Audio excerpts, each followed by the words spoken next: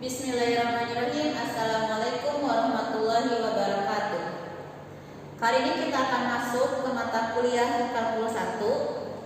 Bab yang hari ini akan saya jelaskan itu adalah tentang himpunan.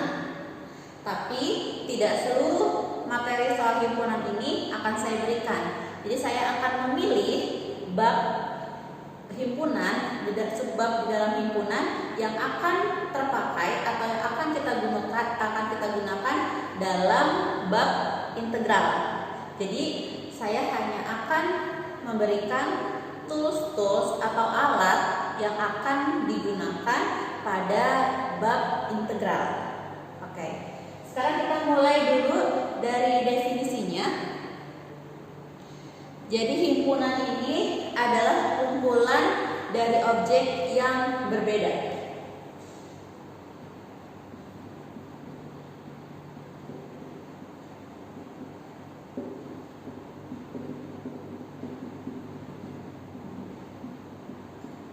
Ya, saya tuliskan himpunan adalah kumpulan dari objek yang berbeda. Kadang dalam himpunan kita menggunakan simbol seperti ini. Ini untuk menyatakan keanggotaan. Ini untuk menyatakan keanggotaan. Dan ada simbol yang seperti ini. Itu untuk menyatakan bahwa dia bukan anggota dari himpunan tersebut. Ini adalah bukan anggota.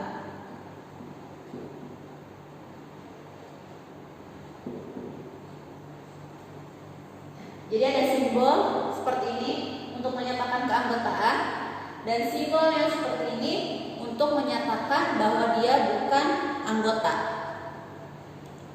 Banyaknya anggota disimbolkan dengan N. Misal, contoh, anggota dari himpunan C adalah 7 anggotanya. Nah, ini dinyatakan seperti ini.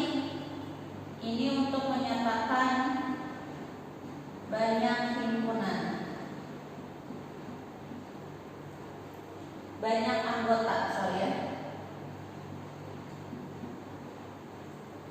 Jadi N kecil dinyatakan untuk menyatakan banyaknya anggota himpunan.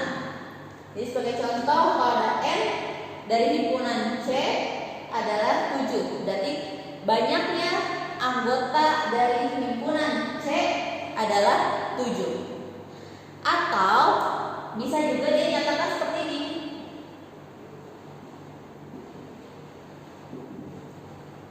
Jadi dinyatakannya bukan dengan tanda kurung, tapi dengan tanda mutlak. Jadi menyatakan banyaknya anggota dari suatu himpunan itu ada 2 cara. Pertama yang seperti ini, dan yang kedua seperti ini. Kalau pakai tanda kurung harus menyatakan N di depannya. Kalau tidak mau menggunakan N, harus menggunakan tanda mutlak.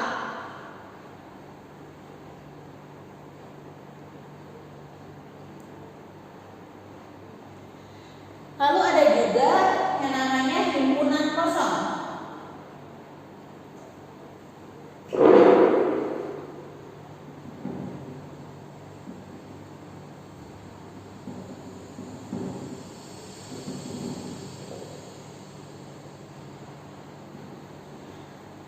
Ini kalau mau menyatakan bahwa himpunan kosong itu artinya adalah himpunan yang tidak punya anggota.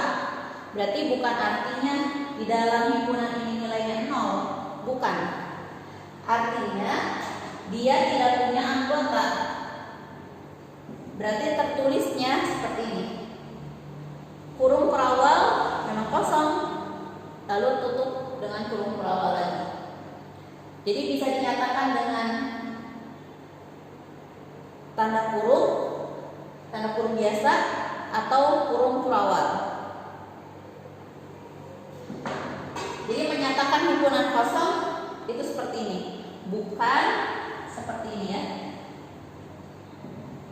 Nah, ini salah.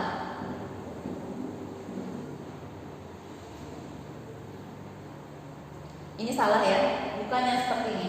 Bukan, kalau ada nilai 0 itu juga termasuk bilangan. Berarti dia punya anggotanya 1, yaitu si 0. Kalau tidak punya anggota, tulisnya kosong, seperti ini.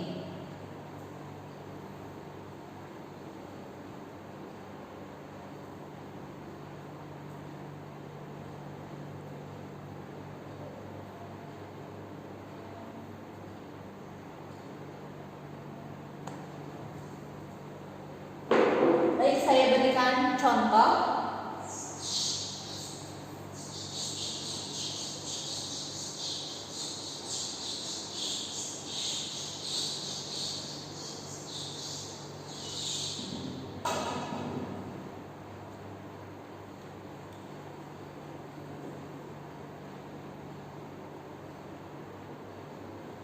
Contohnya saya punya himpunan S. Anggotanya adalah 1 sampai 12. Lalu saya punya himpunan A. Anggotanya adalah 1.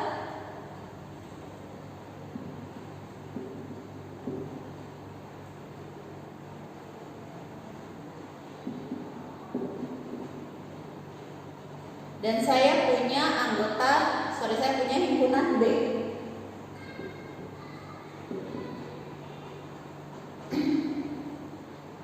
Anggotanya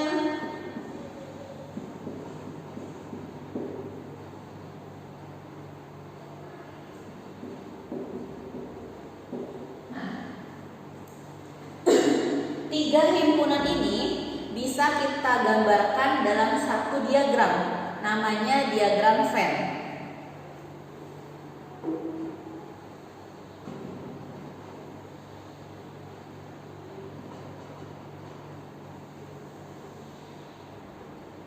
Ini ya. Ini saya punya kotak untuk mengisi bahwa dia adalah himpunan S. Di dalamnya ada lingkaran untuk himpunan A, lalu ada himpunan B. Tapi kita lihat dulu, adakah satu anggota atau lebih yang dia merupakan anggota dari setiap himpunan? Kita lihat, 3. 3 ini anggota dari A dan juga B. Lalu ada 8 anggota dari A dan juga B. Dan kita lihat anggota himpunan A dan anggota himpunan B itu semuanya adalah anggota himpunan S. Apa yang tidak ada pada A dan B? 10. Coba kita mulai ya. 1 ada di sini, 2 ada, 3 ada, 4 ada, 5 ada, 6 ada di sini, 7 ada di sini, 8 ada di dua-duanya, 9 ada, 10 tidak ada di A atau B. Kita letakkan di luar. Kenapa saya pakai tanda plus? Ini baru menunjukkan dari angka yang positif. Lalu 11 ada 12. 12 juga tidak ada di A atau B. Maka kita taruh di luar. Aku saya ganti deh ya tandanya. Yang plus titik aja.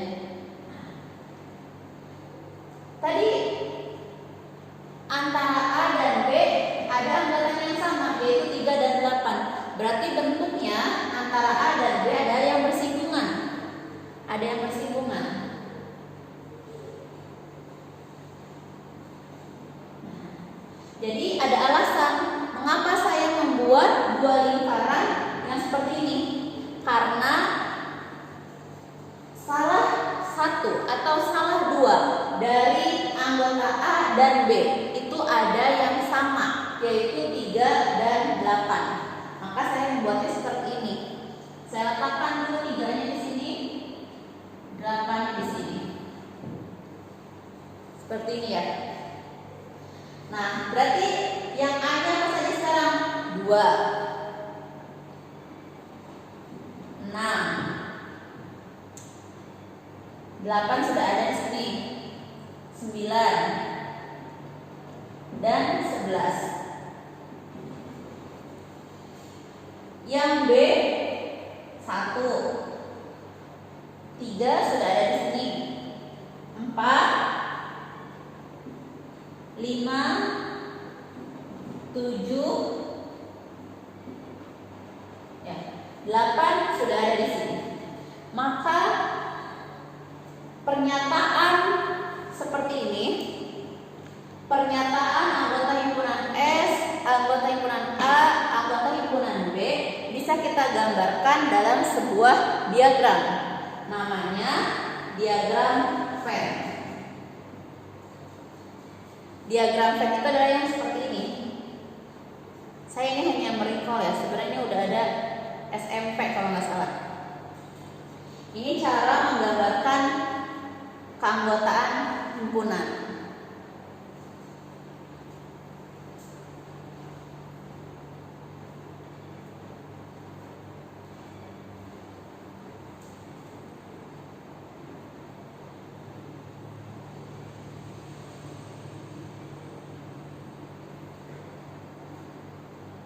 Baik, sekarang kita buat pernyataan menggunakan simbol.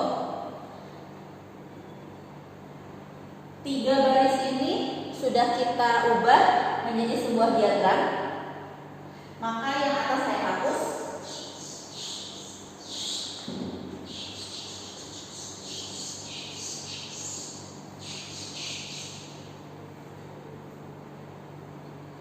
Saya hapus ya. Jadi kita bisa menyatakan bahwa pertama, angka 2 adalah anggota dari himpunan A. 2 anggota dari himpunan A. Kalimat kita yang panjang tadi, 2 adalah anggota dari himpunan A. Itu bisa kita ubah menjadi pernyataan seperti ini. Sekarang juga saya mau menyatakan 4 bukan anggota dari himpunan A. 4 bukan anggota dari himpunan A.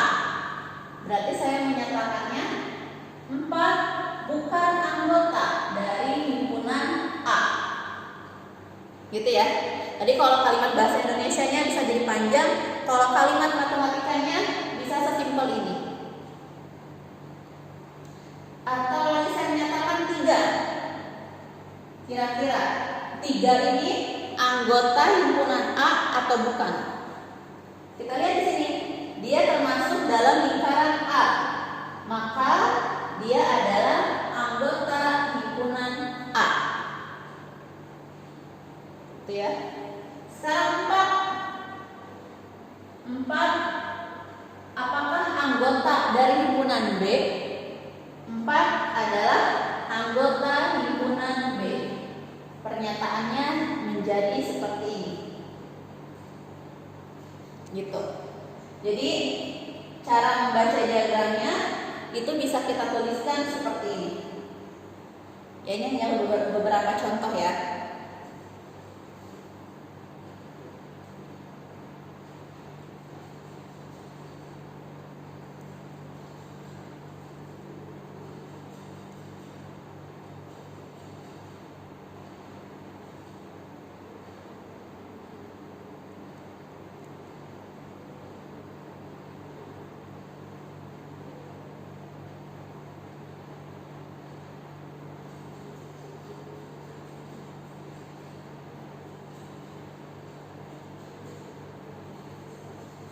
Baik, ini akan saya hapus dulu.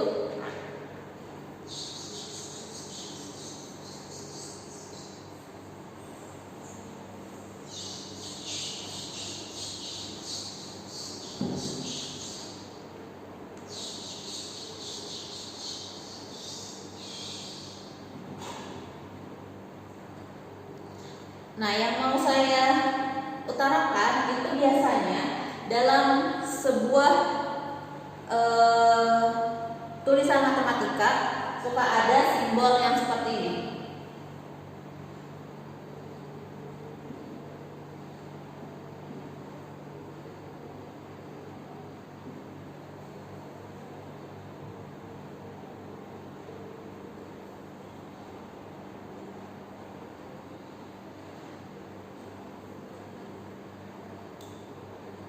Nah, jadi kenapa sih kita belajar himpunan terlebih dahulu? Itu karena nanti akan ada kalimat-kalimat matematika yang seperti ini, agar kita tidak bingung. Anda semua tidak bingung. Ini maksudnya apa? Bagaimana cara membacanya? Jadi diajarkan dulu di bab himpunan ini bagaimana cara membaca kalimat matematika. Nah, kalau ada yang seperti ini, itu artinya misalkan adalah Y, anggota himpunan Y adalah X, di mana X adalah anggota dari himpunan A. Gitu. Jadi himpunan Y punya anggota X, dan X itu adalah anggota dari himpunan A. Nah, ini biasanya kalau dalam kalimat matematika yang lain, nanti di integral itu, ini misalkan yang dinyatakannya adalah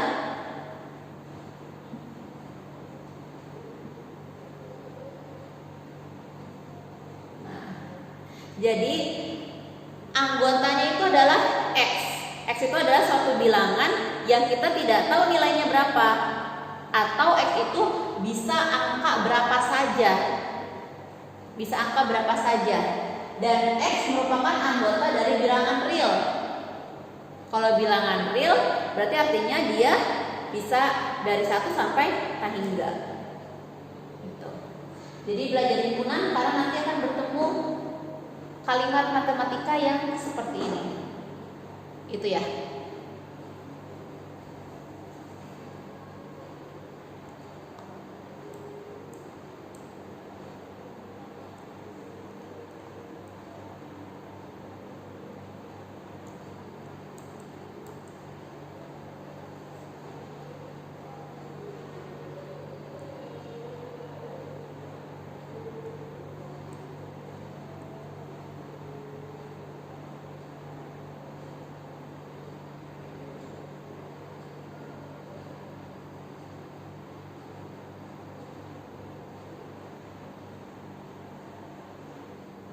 Nah, baik, saya rasa operasi tentang himpunan itu tidak perlu saya lanjutkan, karena intinya dari himpunan itu nanti yang terpakainya dari ini. Setelah ini saya akan masuk ke bilangan ya.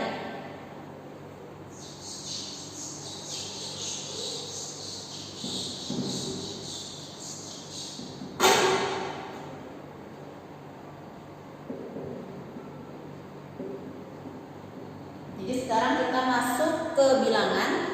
Itu saya akan mulai masuk ke operasi tanda.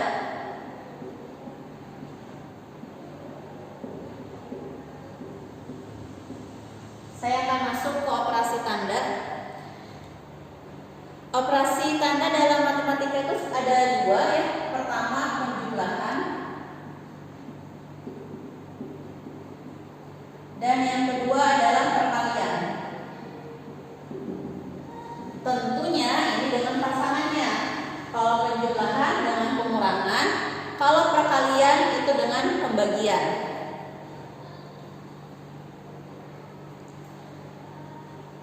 Contoh yang mudah, 2 ditambah 3 sama dengan 5. Pasti kalau soal penjumlahan seperti ini, semua mahasiswa tidak ada masalah.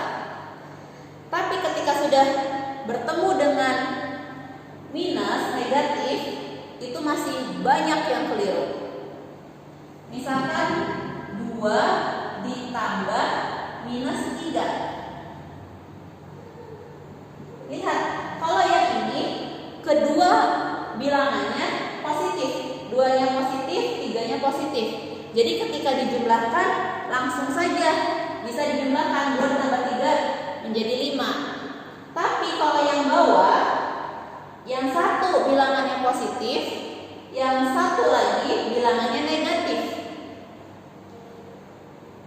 Seperti ini, itu bisa kita ubah 2 atau sama saja dengan 2 dikurangi 3. Loh, kenapa bisa sama, Bu? Gampangnya plus dikali minus itu adalah min. Plus dikali min adalah min. Jadi 2 dikurangi 3 adalah, ingat ya, yang gampang. Punya uangnya 2. Tapi belanja ke warungnya 3. Uang saya itu cuma cukup untuk belanja 2 barang. Tapi Anda malah beli 3 barang. Otomatis ngutang dong ya satunya lagi. Nah, jadi jawabannya adalah minus 1. 2 dikurangi 3 adalah minus 1.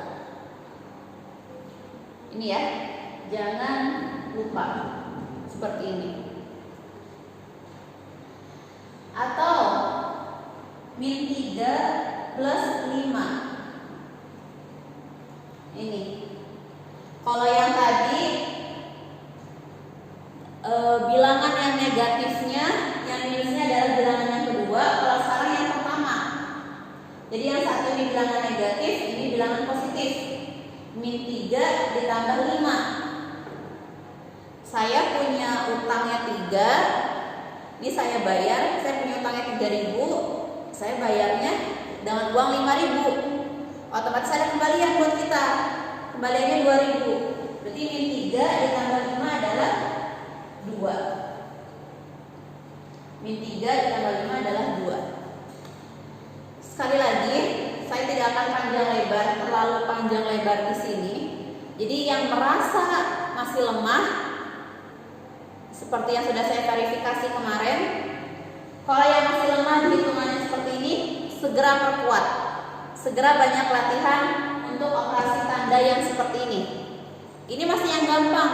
Nanti di integral itu yang kalian akan bertemunya adalah bentuknya pecahan. Oke ya. Jadi segera perkuat. Nah, sama seperti perkalian nih, contohnya 2 dikali 1/3.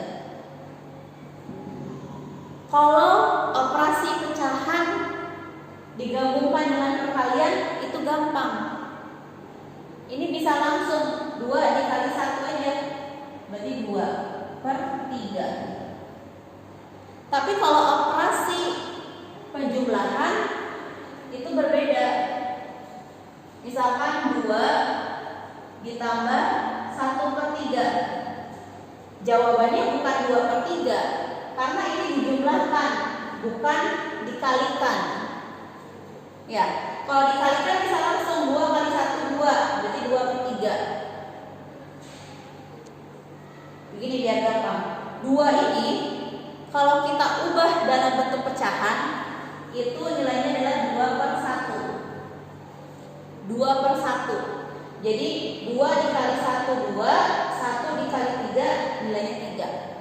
Mudah. Nah, kalau dalam bentuknya pecahan, sekali lagi 2 ini kalau kita ubah dalam bentuk pecahan adalah 2/1. 1 dan 3 penyebutnya berbeda, jadi tidak bisa langsung dijumlahkan. Kita samakan 1 kali 3 3. Berarti saya ambil KPK-nya 3. Perhatikan bagi yang belum bisa ya. Perhatikan bagi yang belum bisa. 3 dibagi 1 3. 3 dikali 2 6. Ditambah 3 dibagi 3 1. 1 dikali 1 1. Nah, kalau penyebutnya sudah sama, itu baru yang atas ini boleh dijumlahkan. Berarti 6 tambah 1 adalah 7. 7/6. 3. Jadi 2 ditambah 1/3 jawabannya adalah 7/3. Tapi kalau dikalikan jawabannya adalah 2/3. Beda ya, beda cara penghitungannya. Ini perlu diingat-ingat nih.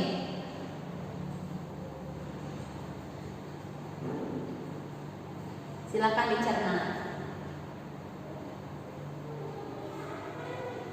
Saya kasih contoh lagi.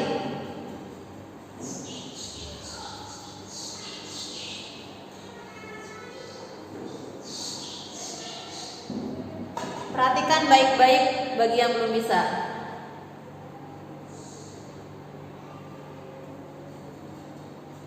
3 dikali 2/4. Ini adalah langsung saja 3 dikali 2, 6/4. Sekarang kalau 3 ditambah 2/4, disamakan dulu penyebutnya. Ini kan sebenarnya adalah 1 ya, 3/1. Ini juga sebenarnya adalah 3/1. 3 kali 2, 6. 1 dikali 4, 4. 1 kali 4, 4. 4 dibagi 1, 4. 4 kali 3, 12. Ditambah 4 dibagi 4, 1. 1 dikali 2, 2. Penyebutnya sudah sama, boleh dijumlahkan. 12 ditambah 2, yaitu 14/4. Ini ya. Manfaatkanlah keadaan yang sekarang. Sekarang karena kuliah kitanya online, saya membuat video. Ini bisa kalian ulang-ulang. Untuk yang belum paham, silahkan diulang-ulang sampai kalian mengerti bagaimana caranya.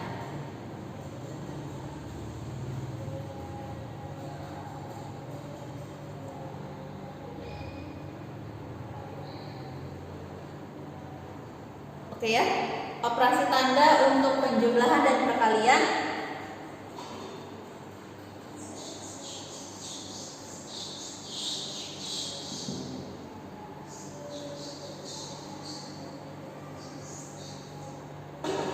Sekarang saya akan masuk ke pangkat, akar, dan logaritma. Dari pangkat dulu. Pangkat.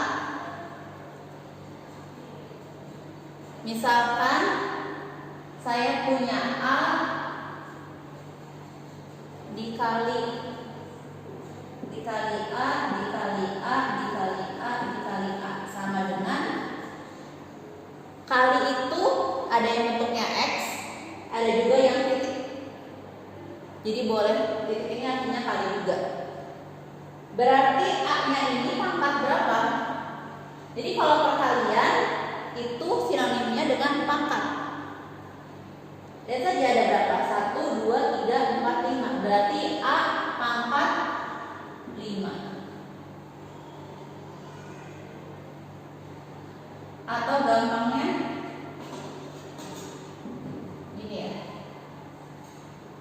A dikali titik-titik sama dengan A pangkat N. N itu adalah jumlah A-nya. Contoh 7 dikali 7 dikali 7 dikali 7 dikali 7 sama dengan 7 pangkat berapa? 1, 2, 3, 4, 5. Berarti 7 pangkat 5.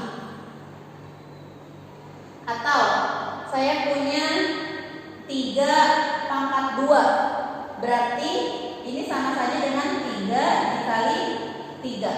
3-nya ada 2. Ini saya mereview ya, pelajaran SMP.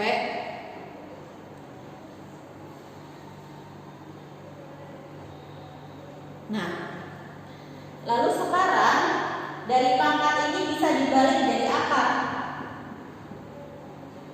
bisa dibalik menjadi akar.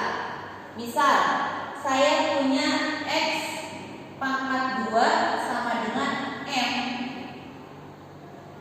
X pangkat 2 sama dengan M. Kan gini, 3 pangkat 2 penulisannya itu bisa kita ubah 3 dikali 3. 3 kali 3 adalah 9. Berarti 3 pangkat 2 adalah 9. Sama kayak gini, X pangkat 2 sama dengan M.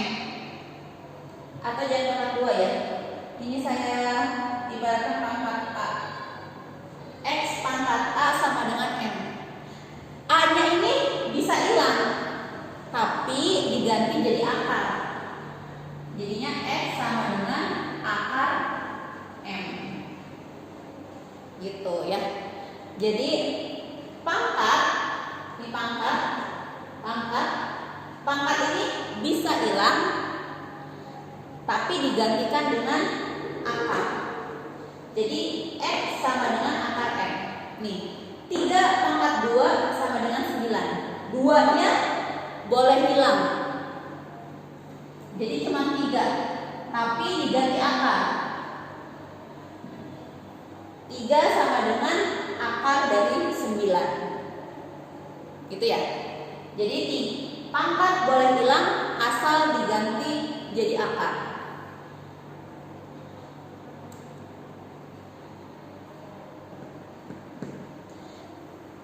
Nah, kalau logaritma itu sebenarnya dari sini.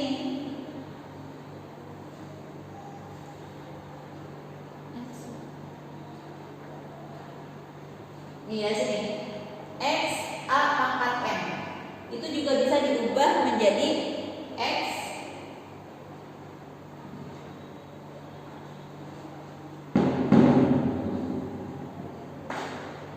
di sini ya yang kecil ya.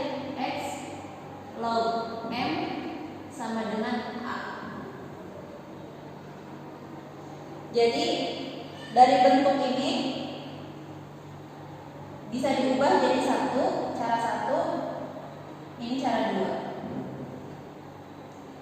Dari bentuk pangkat bisa diubah jadi akar, bisa juga diubah dalam bentuk logaritma. Jadi X log M sama dengan A. Itu ya. X log M sama dengan A. Itu hubungan antara pangkat, akar, dan logaritma.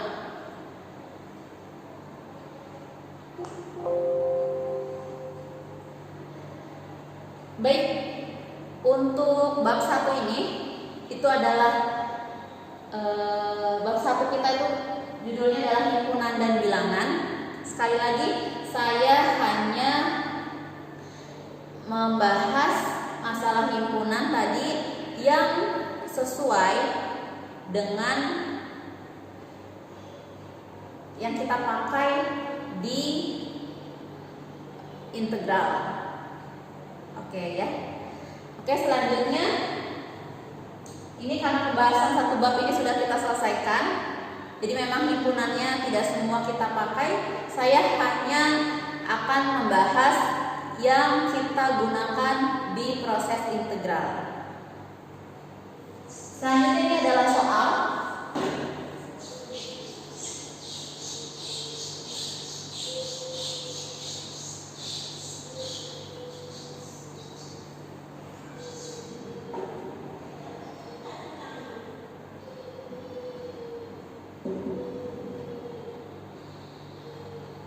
Kalau soal operasi tanda penjumlahan dan perkalian itu sudah kita laksanakan kemarin, maka yang sekarang akan saya berikan adalah pangkat, akar, dan logaritma.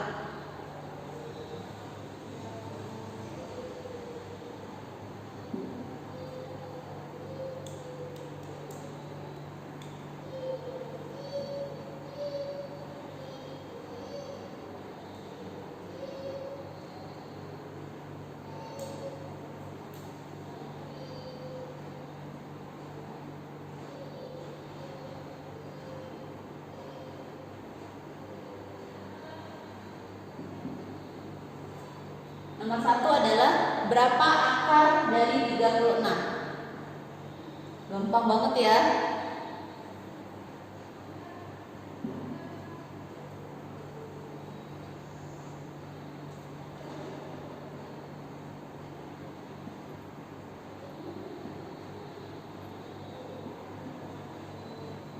Yang nomor 2, tolong ubah dalam bentuk logaritma.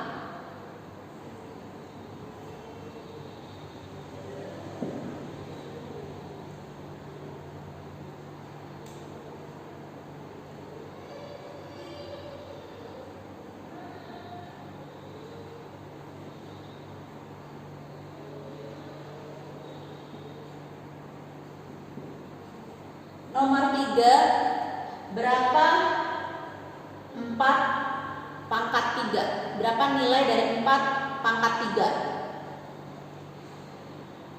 Ya, saya rasa soalnya ini saja. Tidak perlu banyak-banyak. Yang penting kalian kerjakan dengan jujur.